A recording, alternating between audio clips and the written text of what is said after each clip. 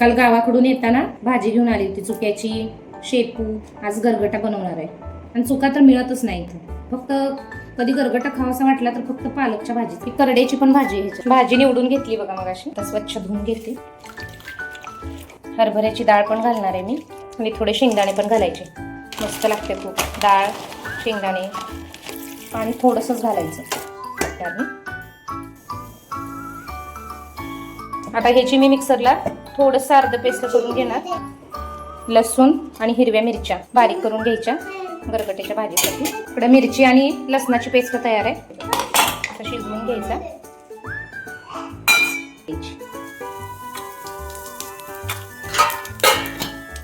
आणि ते बारीक केलेलं वाटण